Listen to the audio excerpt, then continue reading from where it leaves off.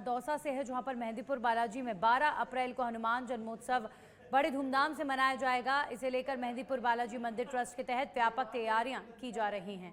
मंदिर परिसर को रंग बिरंगी रोशनी से सजाया जा रहा है। वहीं हनुमान जन्मोत्सव के उपलक्ष्य में महंत महाराज भगवान बालाजी महाराज के विग्रह का पंचामृत और गंगाजल से महा स्नान कराएंगे। साथ ही बालाजी महाराज को सिंदूर और सोने के बर्फ का चोला चढ़ाया जाएगा। इस दौरान हजारों की तादाद में श्रद्धालु मौजूद रहेंगे। हनुमान जन्मोत्सव पर बालाजी महाराज की महाआरती का प्रसारण एलईडी स्क्रीन पर दिखाया जाएगा।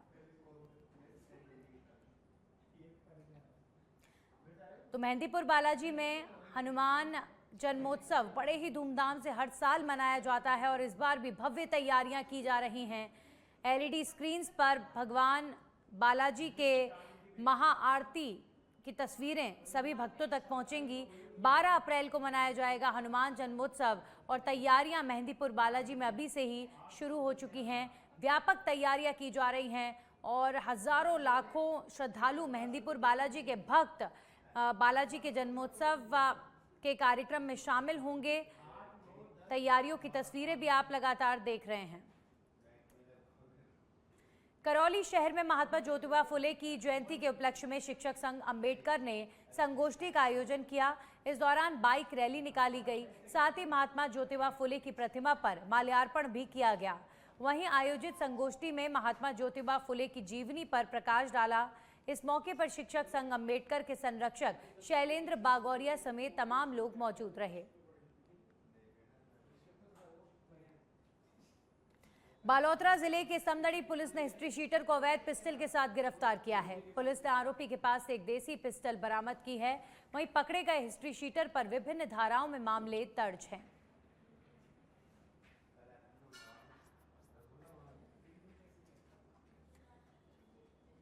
पीने के पानी की समस्या को खत्म करने के लिए सरकार ने बड़ा कदम उठाते हुए झुंझुनू जिले के डीएमएफटी फंड से 22 करोड़ 46,38,000 रुपए के 263 कार्यों की प्रशासनिक स्वीकृति प्रदान की है।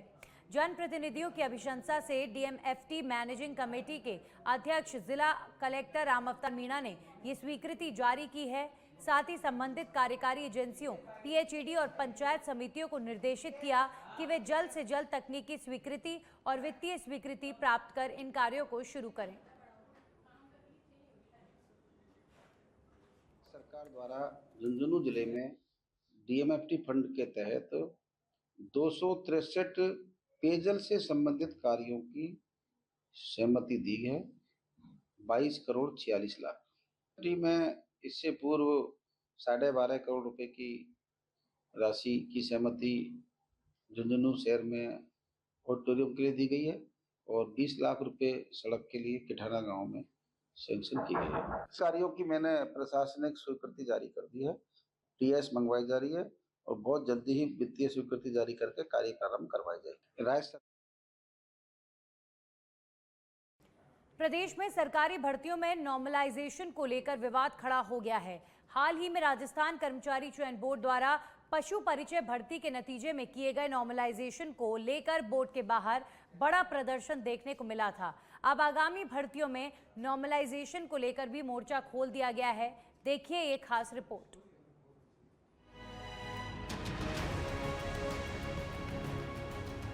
परिचय भर्ती में नॉर्मलाइजेशन कर रिजल्ट जारी करने को लेकर विरोध में युवाओं ने कर्मचारी चयन बोर्ड का घेराव किया था। युवाओं ने भर्ती प्रक्रिया में नॉर्मलाइजेशन फॉर्मूले को युवाओं के साथ बड़ा धोखा बताया। साथ ही चेतावनी दी कि यदि 7 दिनों में अभ्यर्थियों के साथ न्याय करते हुए परिणाम में संशोधन नहीं किया गया तो कर्मचारी चयन बोर्ड का दोबारा घेराव किया जाए। लेकिन अब पशुपालन विभाग द्वारा दस्तावेज सत्यापन के लिए आदेश जारी करने का फैसला लिया गया है, जिससे युवाओं में खासी नाराजगी है। पशु परिचय भर्ती क्या है पूरा मामला? आरएसएसबी ने करवाया था पशु परिचय भर्ती परीक्षा का आयोजन। 1 दिसंबर से 3 दिसंबर के बीच 6 शिफ्टों में किया था आयोजन।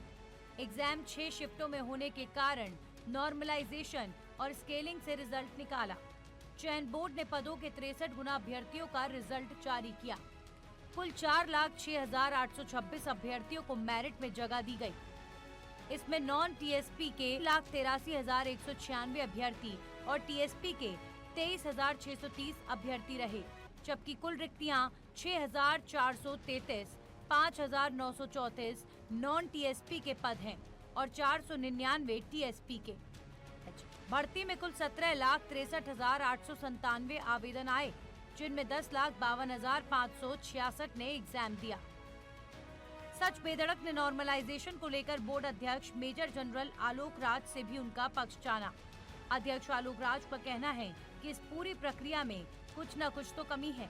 इसको लेकर हम काम करेंगे और भविष्य में ध्यान रखेंगे कि जो भी परीक्षा करवाई जाए उसमें कम अंकों का नॉर्मलाइजेशन हो, साथ ही कम पारियों में परीक्षा का आयोजन करवाया जा सके। शिफ्ट के अंदर कौन सा पेपर जाए, ये सब रैंडमली हो रहा था, यानी कि ये सब चांस की बात है। अब जब ये पेपर बनते हैं तो कई बार पेपर बनाने वाले इंसान ही होते हैं और ये संभव नहीं है कि हर पेपर बिल्कुल एग्जैक्टली तौर पर गणित के आधार पर बिल्कुल बराबर बने। उसमें कमियां यानी कि कुछ फ़र्क रह जाते हैं पेपरों के अंदर, और उसी की वजह से जब शिफ्ट के अंदर जो उनका रिज़ल्ट हम प्रोसेस करते हैं और निकालते हैं, कंपाइल करते हैं, तो हर एक शिफ्ट के अंदर जो उनके मार्क्स होते हैं उनमें फ़र्क आ जाता है।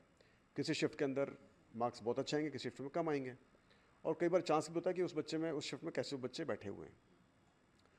अब यदि हम उसको एज इट इज़ हम उसको जारी कर दें उस रिज़ल्ट को, तो हो सकता है किसी की शिफ्ट में पेपर कठिन आया हो, किसी के पेपर में शिफ्ट में आसान आया हो, तो जिसके पेपर में आसान आया होगा उनको फ़ायदा मिलेगा, जिनमें कठिन आया होगा उनको नुकसान होगा। इसीलिए इस प्रोसेस को सभी को बराबर लाने पर, उसको बोलते हैं पैरिटी करना या लेवल प्लेइंग फील्ड करना, एक सिस्टम बना हुआ है। नॉर्मलाइजेशन का एक प्रोसेस है जो कि कर्मचारी चयन बोर्ड काफ़ी टाइम से उसको फॉलो करता आया है। यही प्रोसेस बाकी सभी पब्लिक सर्विस कमीशन में या बोर्ड में इस्तेमाल होता है। पशु परिचय भर्ती के रिवाइज परिणाम के साथ ही आगामी भर्तियों में नॉर्मलाइजेशन ना हो, इसके लिए लगातार युवाओं और शिक्षकों द्वारा रणनीति बनाने का काम किया जा रहा है। सरकार के स्तर तक अपनी बातचीत पहुंचने के लिए तमाम संगठन अपने अपने स्तर पर काम भी कर रहे हैं। भी बड़ा कुठारघात हुआ है, जब चौथी पारी है और छठी पारी की में अंतर आया इतना, और जो फर्स्ट पारी युवाओं के साथ बड़ा धोखा हुआ है, क्योंकि 130 वाला बाहर बैठा है और 100 वाला नौकरी लग रहा है, तो बड़ा कुठारघात है में।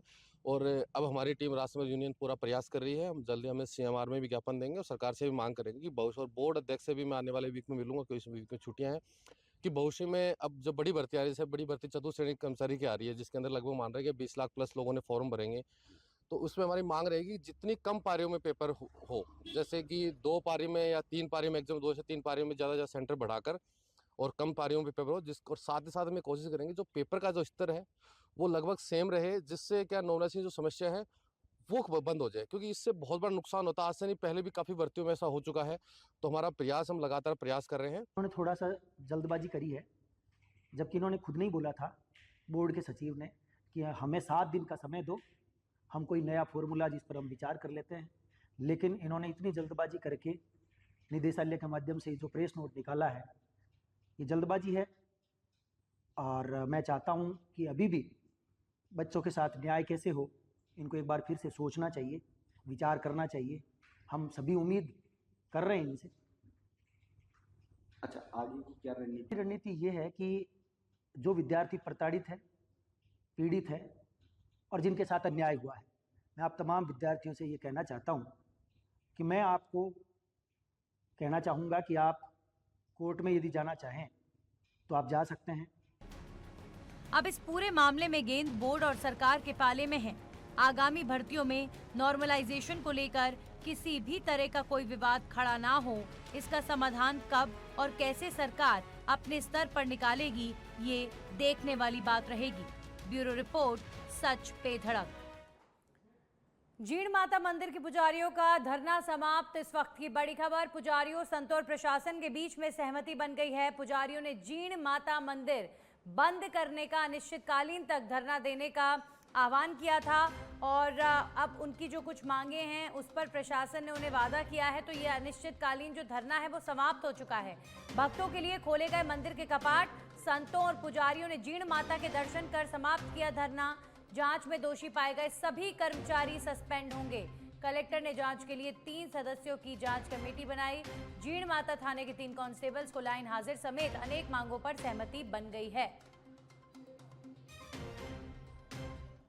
और आज सरकार तो जब माननी है या तो आपनी ही, मैं विश्वास है नहीं बात को, तो मैं गजानन जी और अठा का पदाधिकारी जो हमारा अठा का मुख्य है दिनेश गिरी जी महाराज और